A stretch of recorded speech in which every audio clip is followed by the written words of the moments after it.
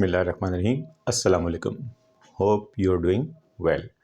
Our today's topic is reproduction in bacteria. Bacteria में reproduction कैसे होती है? There are two types of reproduction in bacteria. It can be asexual reproduction or it can be sexual reproduction. Asexual reproduction, a kind of reproduction in which actually binary fission takes place. The process is called as binary fission. इस binary fission के process में आप देखते हैं कि it is a simple kind of division. Binary fission के process के दौरान में जो major steps हैं वो क्या होते हैं? Number one, it is DNA replication. यानी when the cell is required to be divided into two daughter cells, first step is replication of DNA. इसका DNA जो होगा वो origin of replication से replicate होना शुरू होगा and then it will be divided into two daughter chromosomes. These are single circular double stranded DNA molecules which are replicated to form two copies. दो copies आप देख रहे हैं उसके अंदर बन जाती है. इसके बाद next step जो होता है उस next step को आप कहते हैं elongation of the cell. ये cell is basically elongates यानी इसकी लंबाई में इजाफा होता है और सेल मेम्ब्रेन और ये elongate होने के नतीजे में जो क्रोमोसोम्स की दो कॉपीज़ हैं they will separate from each other and they will be present at two opposite sides और this process actually ensures equal distribution of ribosomes and cytoplasmic contents between two daughter cells. तो this elongation will take place and then there is a cell division process which actually starts from mesosome like structures. Any cell membrane will pinch in from the middle and it will divide cellular components including one copy in each part as far as DNA is concerned. और ये pinch in होना start होगा और इसके बाद this process is a start of the cell division and then the two daughter cell will be appear as a result of formation of cell wall between these two daughter cell and these two cells will separate from each other and this process is called as binary fission. This whole process of binary fission will take place in 20 minutes in case of E. coli. E. coli के अंदर ये 20 minute में हो जाता है लेकिन जैसे Mycobacterium tuberculosis है यानी जो टीबी काज करने वाला जो बैक्टीरिया है it will take round about 24 hours as far as generation time is concerned. तो generation time in bacteria varies species to species ये वेरी करता है, कंडीशंस के लिहाज से वेरी करता है यानी पीएच अगर ऑप्टिमम नहीं होगी, न्यूट्रिएंट्स अवेलेबल नहीं होंगे तो environmental condition can also affect as far as generation time is concerned. So binary fission is a process in which two exact copies of DNA is distributed into daughter cells and two cells will separate from each other. And during this process there will be no genetic recombination and daughter cells are actually clone cells. They will have the same genetic makeup जिस तरह के parental cell का था इसी तरह से दो daughter cells भी दो हिस्सों में divide हो. Second type of reproduction in bacteria is sexual reproduction.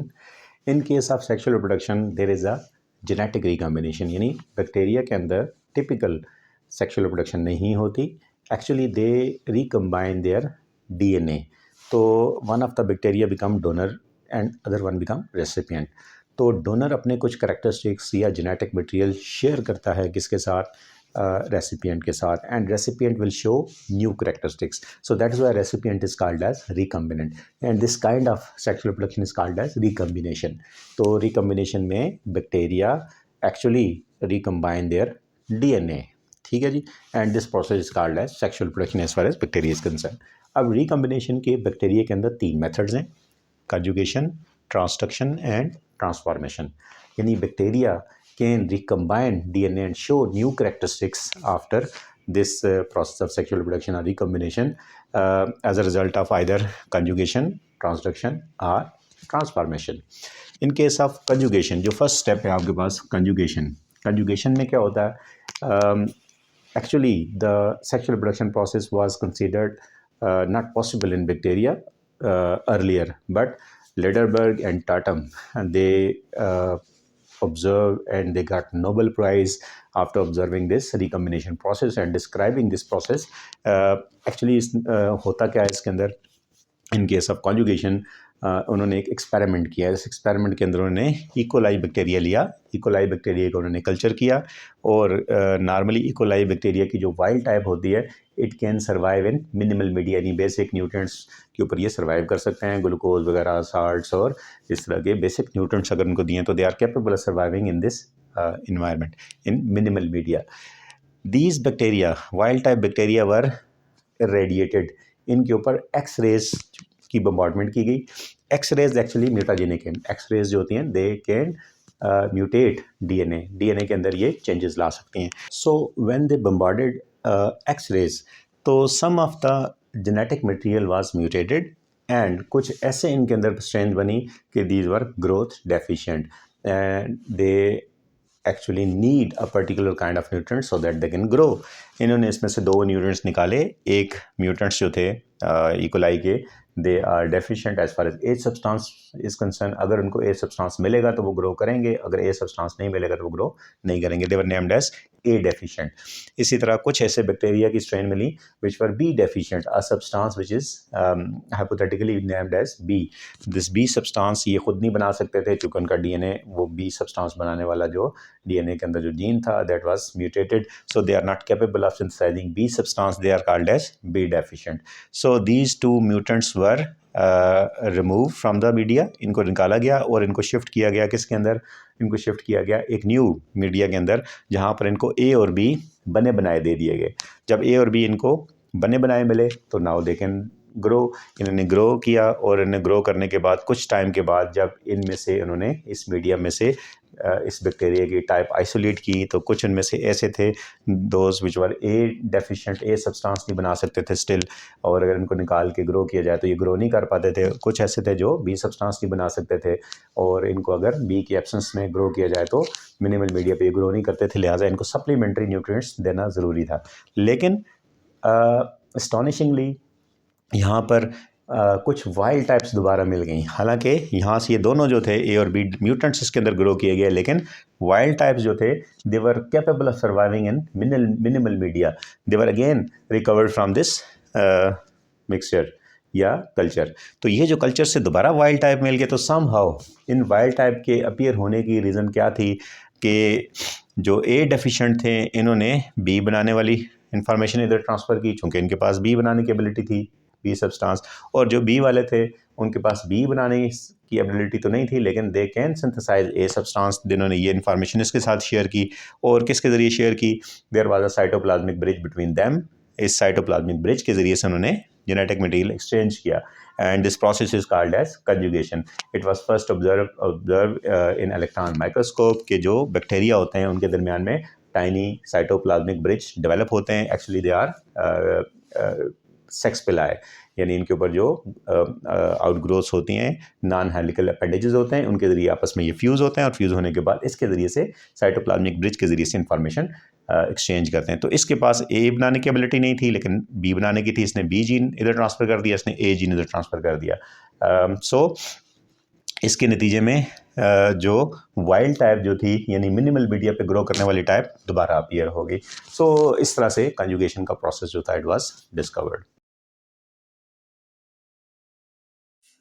Now the second method of genetic recombination bacteria, yani during sexual reproduction, a second type of reproductive strategy is transduction.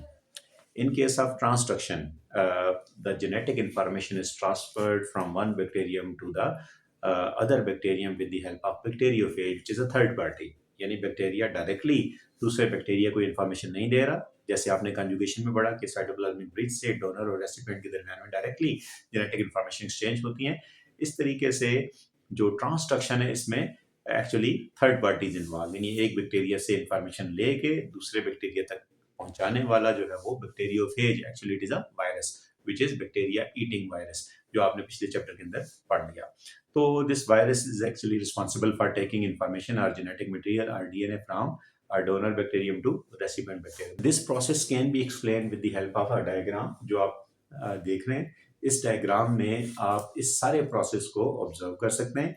यानी सबसे पहले क्या होगा, बैक्टीरियोफेज जो होता है वो स्टेप 1 के अंदर जो टेम्परेट फेज है, यानी वो फेज जो होस्ट को तबाह नहीं करता, और उसके अंदर जाके इनकॉर्पोरेट हो जाता है। ये फेज आके अटैचमेंट होगी, इसकी पेनिट्रेशन होगी, then it will be entering into the host bacterium where it will incorporate itself, यानी इसका जो डीएनए होगा वो होस्ट के जीनोम के अंदर in the form of prophase incorporate हो जाएगा, जो आपने इससे पहले पढ़ लिया हुआ है। वहाँ पर ये डाटर सेल्स के अंदर मुंतकिल होता रहेगा जैसे जैसे सेल डिवाइड होता रहेगा, लेकिन sometimes due to induction it may separate from the host genome and it will start as a lytic cycle। ठीक है जी, it will start its lytic cycle और ये जो होगा ये virulent फेज के तौर पे काम करना शुरू कर देगा और अपनी कॉपीज बनाएगा बैक्टीरियल डीएनए को की मशीनरी को यूज करते हुए और उस सेल्स को बर्स्ट करते हुए यहाँ से ये निकल जाएगा। ठीक है जी, और लिटिक प्रोसेस कंप्लीट हो जाएगा। लेकिन during this bursting it may take genetic material of the host DNA, यानी इसका अपना जो जेनेटिक मटेरियल है फेज डीएनए, उसके साथ साथ the DNA of the bacteria may also be incorporated in its genome. ठीक है जी, तो ये कैरियर बन जाएगा। अब ये जाके जब नेक्स्ट बैक्टीरिया के साथ अटैच होगा तो अटैचमेंट के बाद अगेन इसी तरह से पेनिट्रेशन होगी, पेनिट्रेशन के बाद it will inject it's DNA along with the previous bacterial DNA into the host, वहां पर जाके ये प्रोफेज की शक्ल में इनकॉर्पोरेट हो जाएगा और इस तरीके से ये जो डीएनए है एक बैक्टीरिया का वो दूसरे बैक्टीरिया तक पहुंचाने का बायस बनेगा। So during